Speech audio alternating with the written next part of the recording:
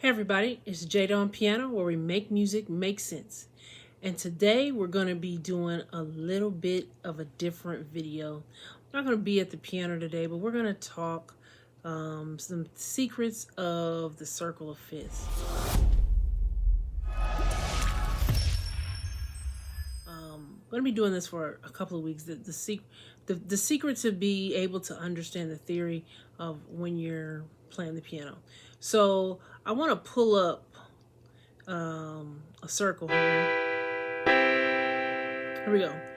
You hear that right there.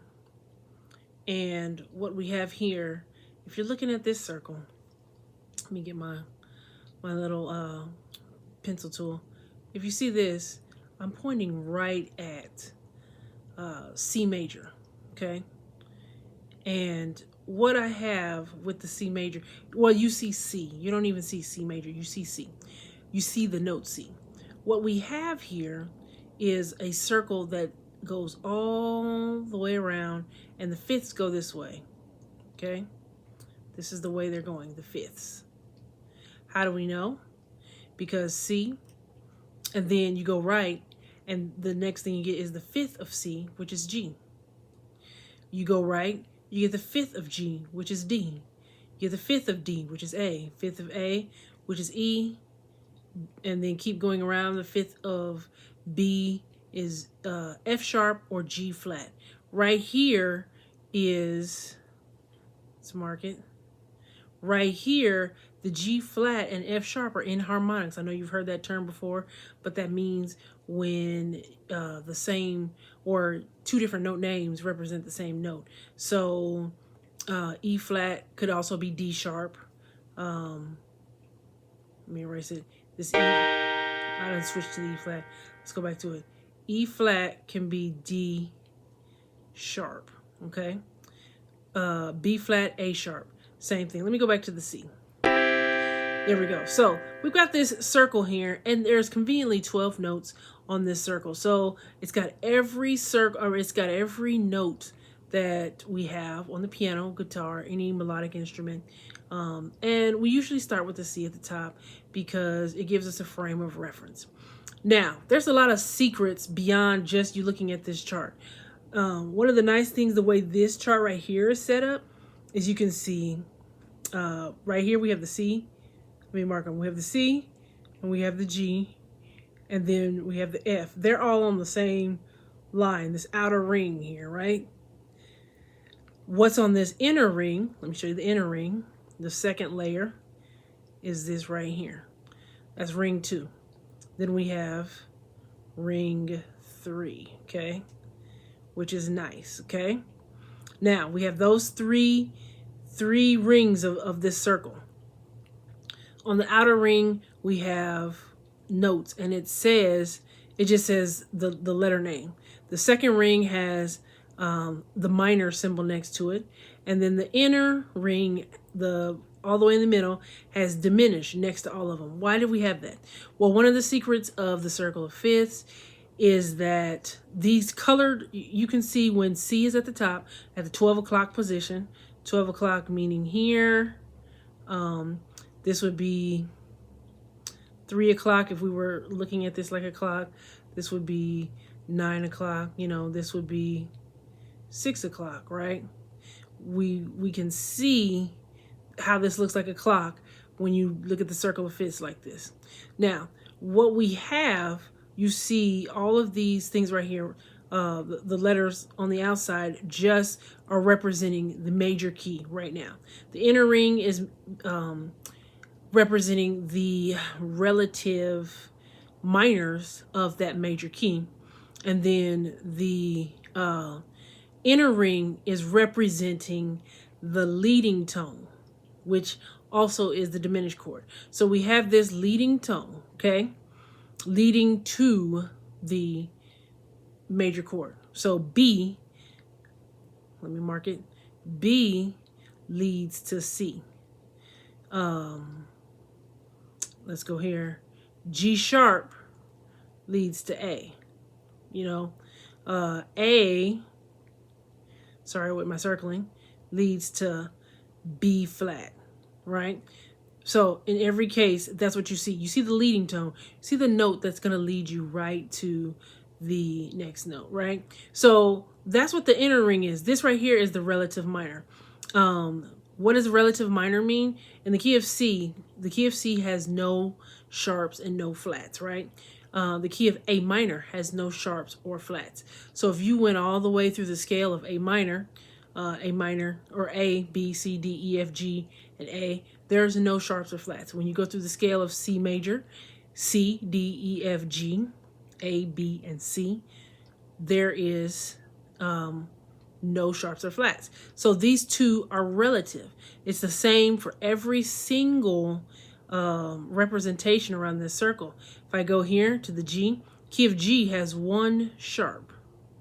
That sharp, if we look down here, in this case, our one sharp happens to be listed right here. It's our leading tone, but our one sharp is F sharp, okay? And then in the key of E minor only has one sharp. It also is that F sharp. So those keys are related, okay? So that's what we can see looking at the circle of fifths chart, especially if you have one stacked this way. Sometimes you'll see the chart and it'll literally only have the outer ring, but this one has all three, which is really nice. And this is just a simple Android app that I have. It's just called Circle of Fifths or something like that, and I found it on the Play Store. But it shows you so many things. Another thing that we want to look at beyond just the relative minor, the majors, I was speaking about these colors a little while ago. Notice how we have the C, and then we've got the C, we've got the G, and then we've got the F on our outer ring. Okay, that's when I got to telling you about all three rings. Well, nicely, we also see colored at this moment the A minor. Hold on, let me fix it all a little bit better. C, G, F. We've got A minor, E minor, and D minor. See that? Now we've got 6 things colored right here. I want to stop there for just a second because we've got 2 layers that we're dealing with. When we go to the right, we see the G. The note G is the fifth of C. If we have the C scale, C, D, E, F, G, A, B, C. The G is the 5th note in that scale, right? So we've got our 5th.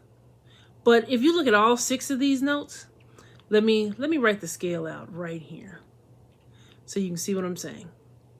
C, D, E, F. Let me make my letters a little better. G, A, and B.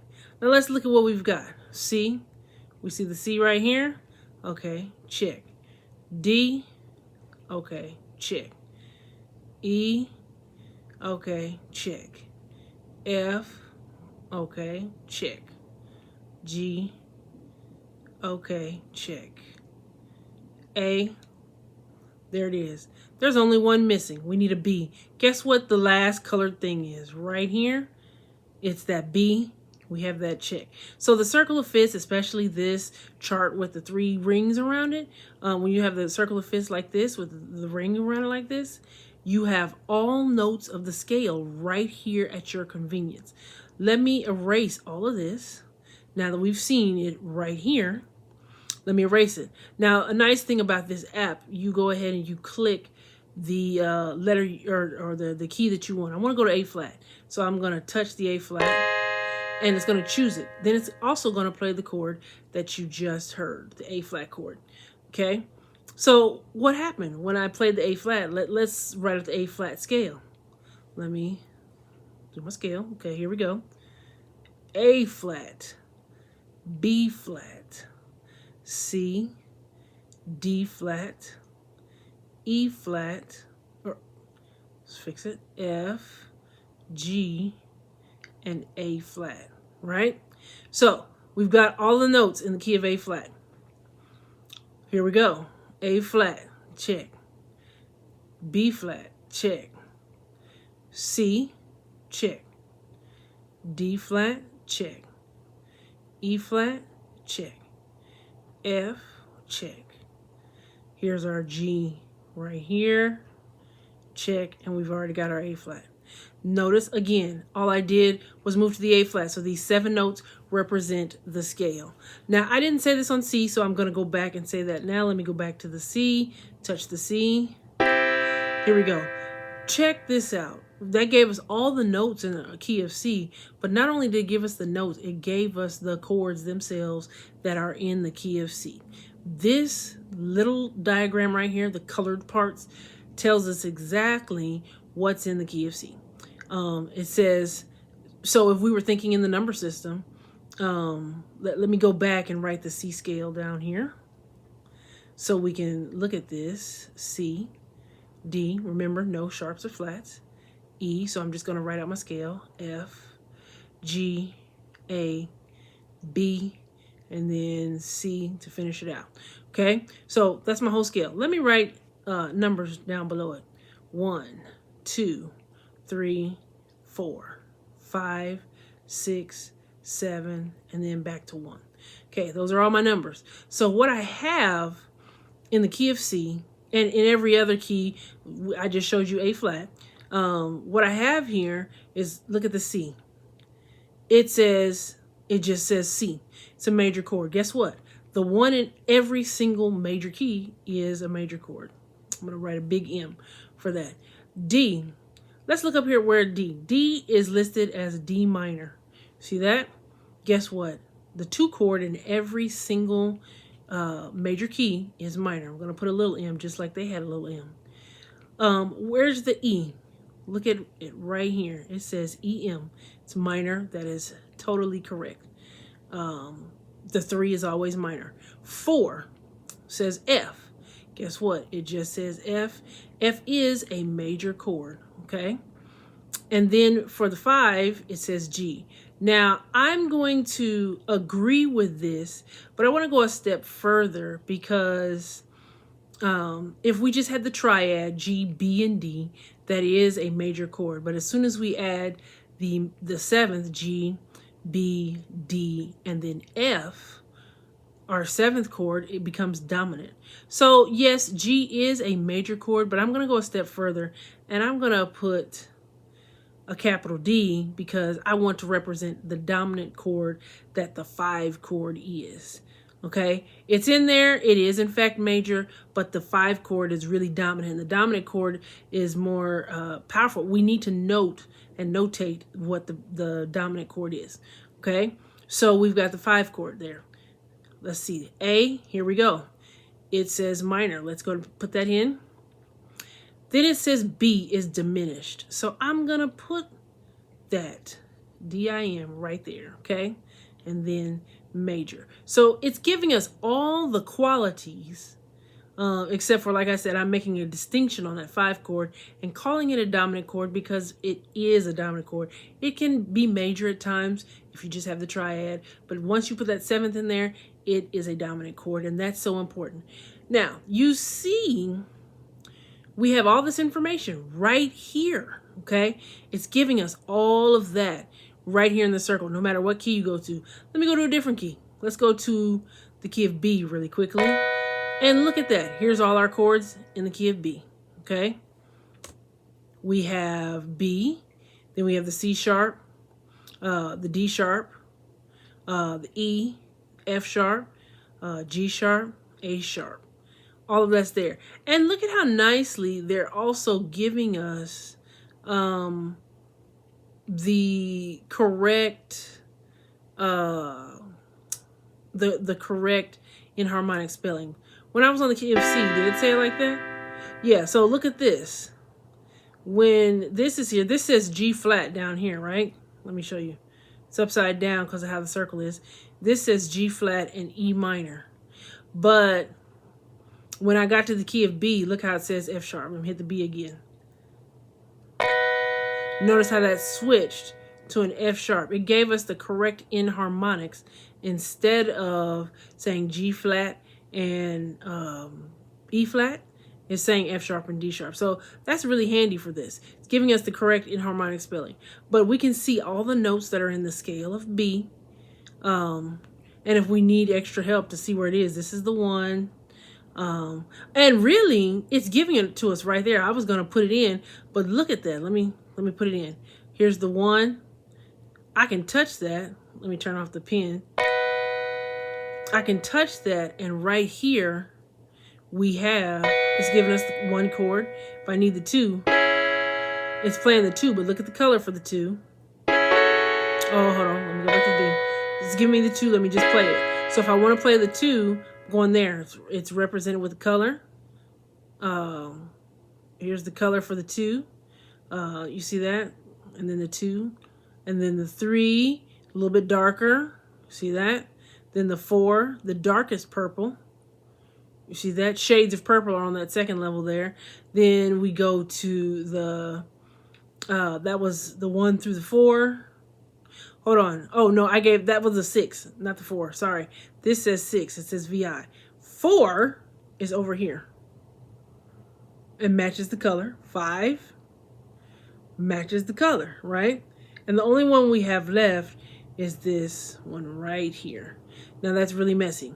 So again, if I wanted the 1, play the orange. If I wanted the 5, you know, this peach over here. So we have the colors, we have, and it's showing us the numbers. We usually don't use Roman numerals in the number system. They use that more in Roman numeral analysis, like when you're in school and you're doing theory, they use the Roman numerals instead of just the numbers like the natural number system, but they represent exactly the same thing, and that's why it's showing you the note names and all of those things. So let me go back to the C.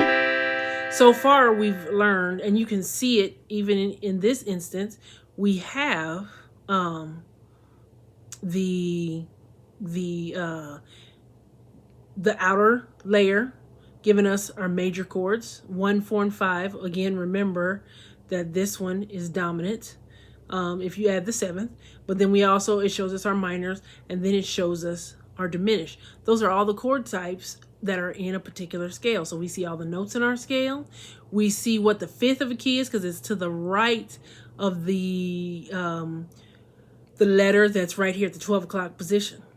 Now, I want to say this as well. It's giving us our sharps and flats in order. So we see numbers, we see the keys, again, we see our relative minors, you know, and then we see our diminished chord and our leading tone to this leads to this, right? This leads to this in every instance. So the yellow leads to the orange. Now, other things that we can see, let me show you this to this.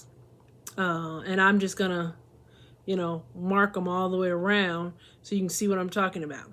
When we're going straight across the circle, okay? Looking at it again so you can see exactly what I'm talking about. C to G flat is a tritone.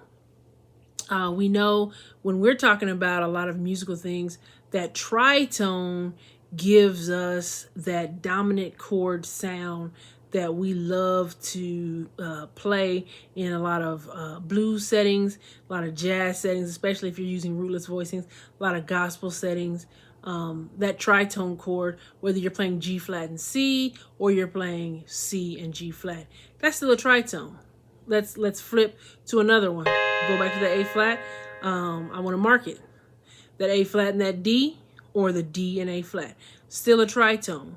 You know, one of the major things that I want to say about the circle of fifths, if it isn't even obvious yet, notice how everything connects to everything else. It's not disjointed in a way where, oh, you've got to break it and then you start back over somewhere else. No, everything, you keep going around this circle, you're going to get right back to where you started. And the reason that's important is because that is the key to music. Now, that's where my studies are focused, and that's why you see me transcribing and really expanding all those things I've been talking about for the past year or so, where we can go in and out of the key. It's because of the circle of fifths. Because I know if I start in the key, if I start in C, there's a way for me to get to D flat. There's a way for me to get to G flat. And you've seen a couple of videos where I've done stuff like that. There's a way for me to get to any key from the key that I'm in and get back. There's a way to get from any other key and then go to another key and get back. all of those things are all interrelated, okay? So I wanted you to notice that this is why, because the circle is unending, and all we're doing is filling in the gaps, making the connections from one key to the next. That's what you're practicing for. That's what you're learning while you're practicing. Creating instances where you've connected C to B, or C to E flat, or C to A, you know, all these different things. You want to make those connections in your mind stronger and stronger every single time you're practicing. So another thing I want to show you is flats and sharps in order in every key. So if we go to the right, like I said, this is definitely fifths. Every interval going clockwise around this circle of fifths is sharps, but it's also going by fifths. If I go this way, technically, because of the way that we're understanding fifths, this would be a circle of fourths, because C to F would be an interval to a fourth. However, if you look at C to F descending, let me show you what I mean. C, D, E, F, G. Going up, we get the C to the F is a fourth, okay? But if I did, let me start here, C, B, A, G, and F. Descending, you see that? Going down, it's a fifth again. 1, 2, 3. Well, you got your C is the fifth of F, okay? This is a fifth, this is a fourth, okay? Ascending fourth, descending fifth. With all that to be said, going in the ascending direction, we can get our sharps. Look at this right here.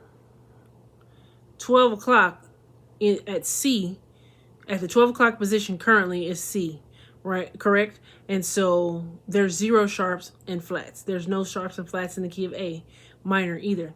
But when we go right here, we have 1 sharp. It's in the key of G. Go ahead and spell it out so you can see what I'm saying. G, A, B, C, D, E, F, and G.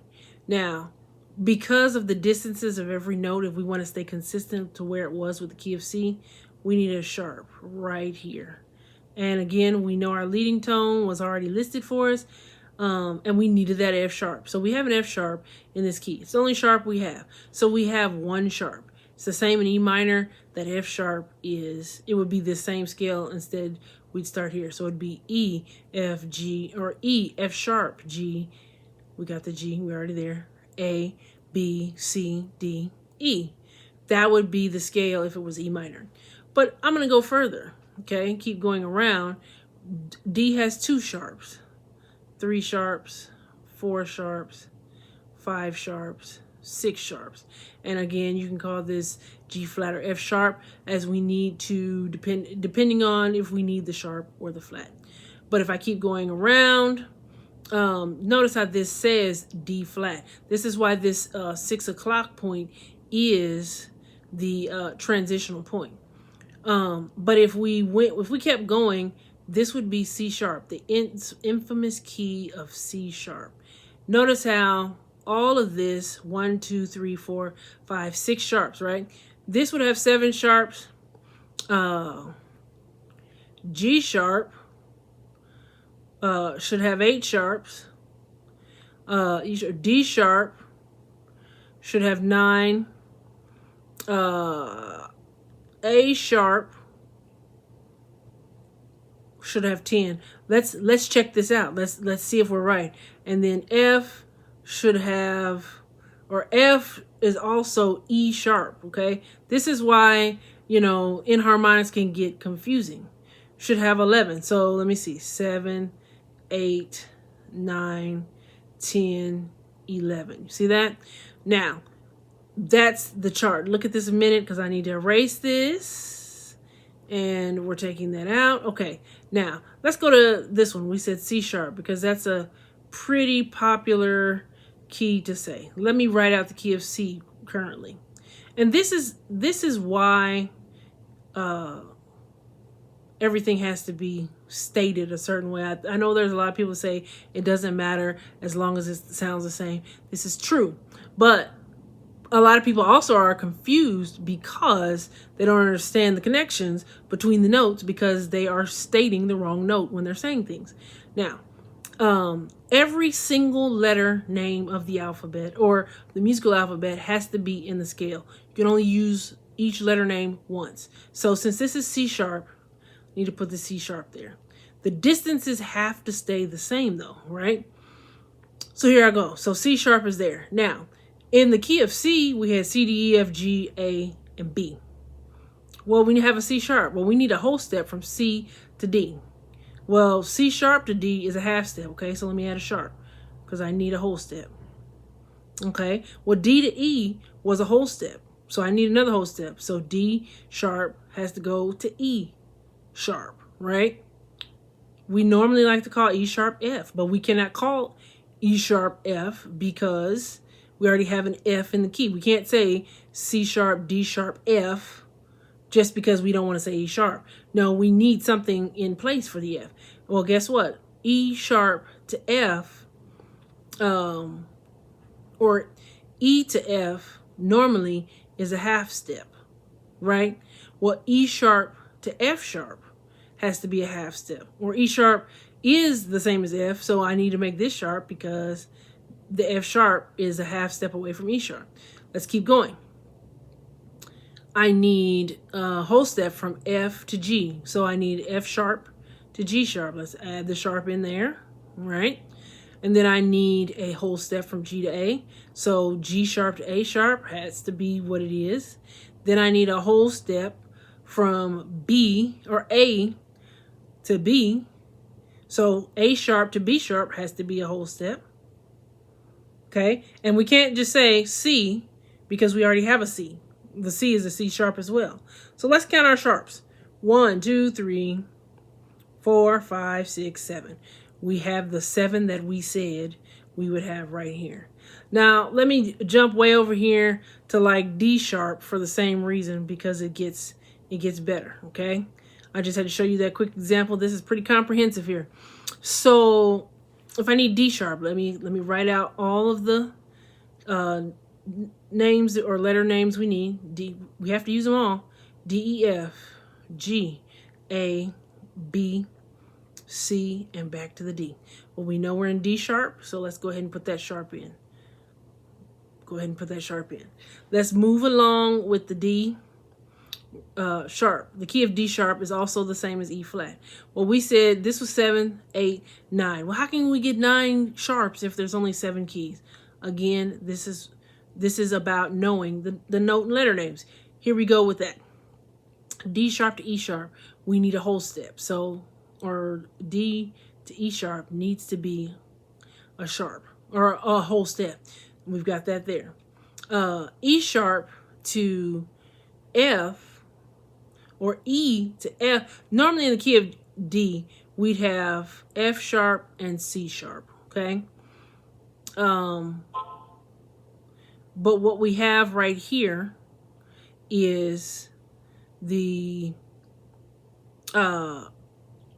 D, and then we have D, E, and then we need an F sharp normally. So normally it would be F sharp, right? I have to add another sharp to this because that's all on the F sharp, okay? Because ordinarily it would have been an F sharp, but that's not enough. The interval spacing is not there if I just leave that as F sharp. So now we've got D sharp, E sharp, F double sharp, okay? Now, F double sharp, guess what note that is? That's a G. Well, now I'm already on the G. Note-wise, G is the same as F double sharp. Well, I need a sharp here to go from F double sharp to G sharp. Now we're back on pace, okay? From the G to an A, I need a whole step, so I need a sharp there. A to B, I need a whole step. That needs to be a sharp. So A sharp to B sharp. B to C. Now, normally this is a C sharp, so same difference. B needs to, B sharp needs to go to C sharp, but this is already C sharp. The distance is not great enough, okay? B sharp is also the equivalent of the note C. So C to C sharp is only a half step. I need another whole step, so I need another sharp. Now, here's our whole system. Notice we have double sharps on F sharp and C sharp. Count the sharps. 1, 2, 3, 4, 5, 6, 7, 8, 9. Lo and behold, we have our 9. You see how that works? Again, music is all connected, okay? We had our 9 sharps or D sharps. So you could see how this circle gets is so important. Now, that was going in the direction of the sharps. If I went in the direction of the, that's crazy looking. Let's fix it. Go counterclockwise. This is flats, okay? So F has 1 flat. B flat has 2 flats. 1 flat. Again, 0 flats and sharps. We had 1, 2, 3, 4, 5, and here we go. 6 with G flat. After G flat would be C flat, and C flat does have 7, 8, and 9, 10, 11. Same difference if we dealt with the flats. B is the same as C flat. E is the same as F flat. A would be the same as, what did I say, F flat? Oh, goodness, B double flat, yes. And then D would be the same as E double flat. And then G would be the same as A double flat. Okay? Same difference that we just did with the sharps. I don't have to go back over it because I don't want to, I've already taken a good length of time explaining what we have right here so far. So those are the flats. They're going around same way. We have to build our scales the same way, all the way through the flats. So we can see what the things we've talked about, the fifth of every key being the note directly to the right. I just did the flats and sharps in order.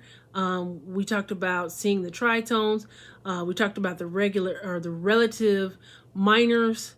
There's a couple more concepts I want to hit. One of them is 2-5-1, and that's just on the outer ring. 2-5-1 is the building block progression of almost everything. So let's look at it right here. D, G, C. Now, a minute ago, just in reference, we were talking about these were major chords on the outside of here. But if we just take it as a view of, it's giving us a reference point. If we know that the 2 is always minor, and we know the 5 is always dominant, and then we know the 1 is a major chord, it's giving us our 2-5-1 in major right in our face. 2-5-1.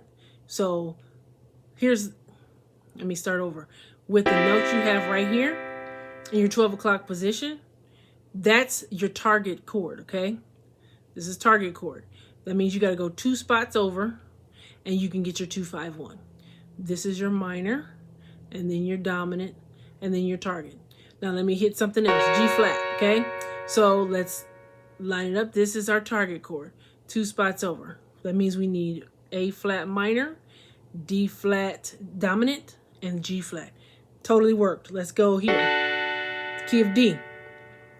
D is our target, 2 spots over. E is our minor, that's the 2. A is our dominant, it's our 5.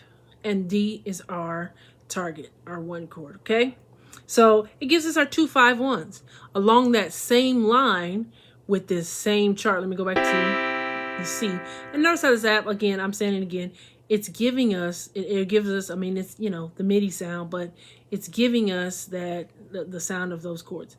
And it's all going to give us a major ones on the outside. See, those are all majors. But if we just know what we're looking at, it can give us the 2-5-1 right there.